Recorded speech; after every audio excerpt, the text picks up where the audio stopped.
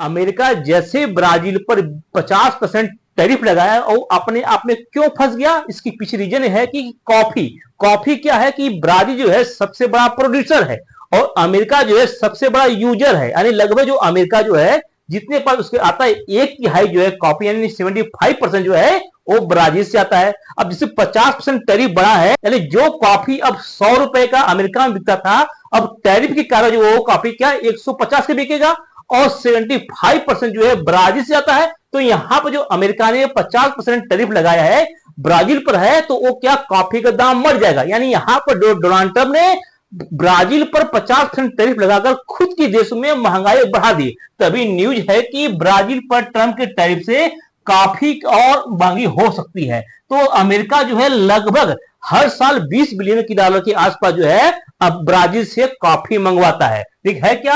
America के कृषि विभाग के अनुसार जो है ब्राजील अमेरिका में हरी कॉफी बीन्स का सबसे बड़ा आपूर्ति करता है।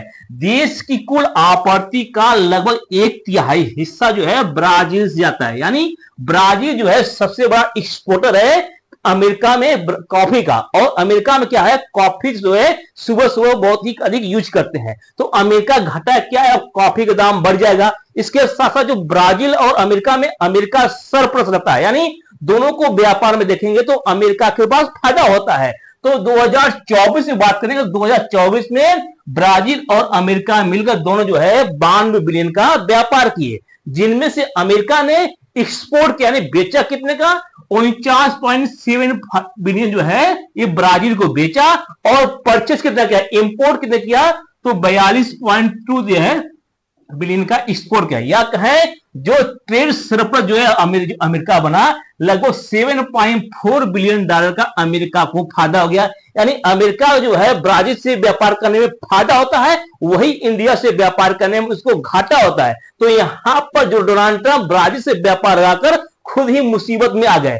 पहला मुसीबत है कि आपको पहले से ही यहां पर बेनिफिट हो रहा है, तो जो ब्राजील क्यों मानेगा आपसे, और व्यापार चाहेगा व्यापार हम कहीं और से करेंगे तो हमको बेनिफिट होगा, क्योंकि अमेरिका से ब्राजील को व्यापार करने में घाटा होता है।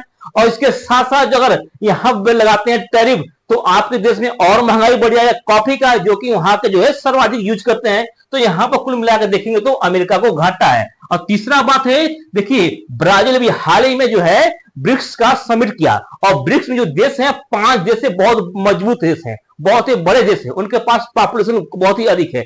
एक है इंडिया है, चाइना है, रूस है और साउथ अफ्रीका और ब्राजील। इसके साथ 6 कंट्री और इसमें आ गए हैं। तो यहां पर ब्रिक्स जो कंपनी है, तो ब्रिक्स जो है यहां पर बहुत ही बड़ा व्यक्ति है, और यहां पर ब्रिक्स जो है ये चाहता है अपने आप में कि हमारा एक खुद का जो है एक कॉइन्स हो, एक ऐसा ट्रेड हो जिनमें से एक ही कॉइन्स में ट्रेड करते हैं। यानी जिस प्रकार से अंतरराष्ट्रीय रूप से हम व्यापार करते हैं डॉलर में है, तो ब्रिक्स देश ने अपने आप में यहां पर जो यहां पर गए थे, तो यहां पर सोचते हैं कि हम जो है हमारा एक ऐसा ट्रेड हो जो कि हम सेम कॉइन्स में करें, यानी एक ऐसा एक रुपया बनाए, एक ऐसा मूल्य बना जाए, हम उसी में व्यापार करें, हम लोग डॉलर में व्यापार न करें। या कहें ब्रिक्स कंपनी या ब्रिक्स देश मिलकर डॉलर को डिवैल्यूएशन करें, डॉलर को घटाने की बात करें या अवमूल्यन की बात करें, या कहें डॉलर पर डिपेंडेंसी कम करने की बात हो रही है, जिसको देखकर जो है डोनाल्ड ट्रंप जो है यहां पर काफी विरोध करें। इसके साथ इसी ब्रिक्स समिट में जो है सभी देश, चाहे इंडिया हो,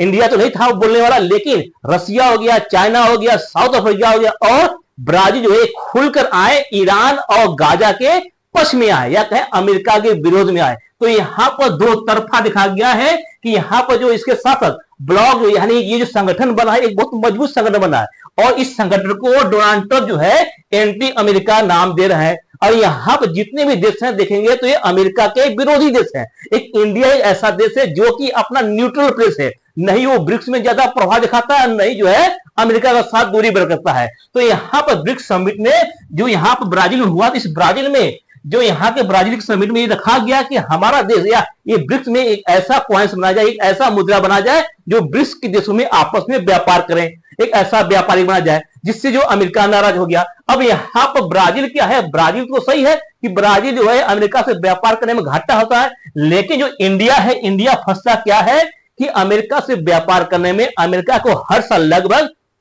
40 से 50 बिलियन डॉलर का बेनिफिट होता है।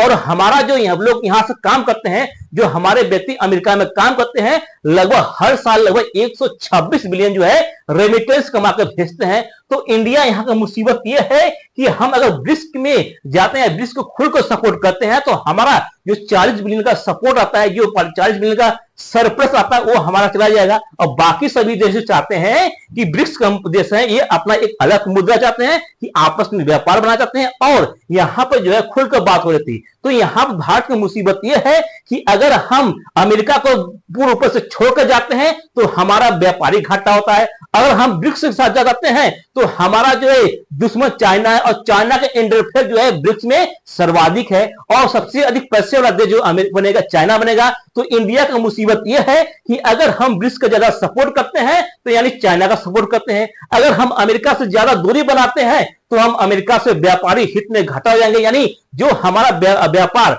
अमेरिका के साथ बढ़ता है, सरप्लस होता है, उसकी प्रभावित होगी। तो इंडिया जो है ब्राजील और अमेरिका के बीच में देखेंगे तो इंडिया फंस चुका है। इंडिया न तो अमेरिका का साथ देता है, न ही पूरा ब्राजील का सपोर्ट करता है या कहे ब्रिक्स का सपोर्ट करता है। तो ऐसे समय में इंडिया को सोचना चाहिए कि हमको किस प्रकार से व्यापारिक हित करना चाहिए। इसके साथ साथ इंडिया के 2 डेलीगेशन दोबारा भेजे गए हैं अमेरिका की, हमारा जो ट्रेड है जो 1 अगस्त से पहले करना, उसमें जो है टैरिफ को कम किया जाए, इसके बारे में दोबारा इंडिया ने बात करने के लिए अमेरिका का डेलीगेशन भेजा।